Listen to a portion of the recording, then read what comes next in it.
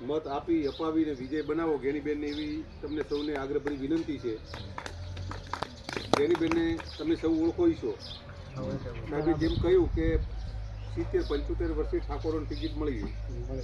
આ સુધી ઠાકોરોએ બધાને વોટ દીધો છે, લીધો જોઈ નથી કોઈની વાત કરીએ આપણે તો કે આ તમને હું વિનંતી કરું કે આપણે આજુબાજુના ગામડામાં ઠાકોરો તમે રાઓ અને હાથ જોડો કે ભાઈ આ સુધી તમને દીધે ને હજી તમને દેશે, આ એક વખત અમને જો આવો થોડો કરશો ને તો વસ્તીનું મન હે દેવાનું કેડો ઠાકોર આવ્યા તો આપણે માપો રાખવું પડશે.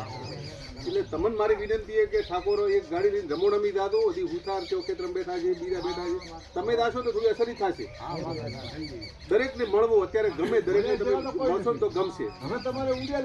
એટલે તમે આ અઠવાડિયું રહ્યું છે તો હું તો કહું કે આ ઢાકા સીટમાં તમે 2 જણા જવાબદારી દરેક ગામમાં ચોક જાય અને વસ્તીની વાત કરશો ને તો 100% ભાવના છે અને મન થશે એમનું.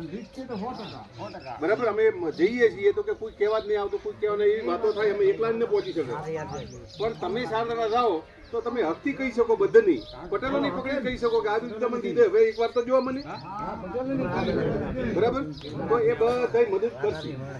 એટલે મારી તો તમને બે થોડી વિનંતી છે કે આજે આપણે ભેગા થયા છે બધે, આ આપણું ઘર છે અને આ ઘરમાં કાયમી સુખે દુખે હાથે રહ્યા અને આ વખતે ગેનીબેનને જીતાડશો તો હો ગાયરે હેગડે ઠરશે એવી મોટો વાત તમને કરું.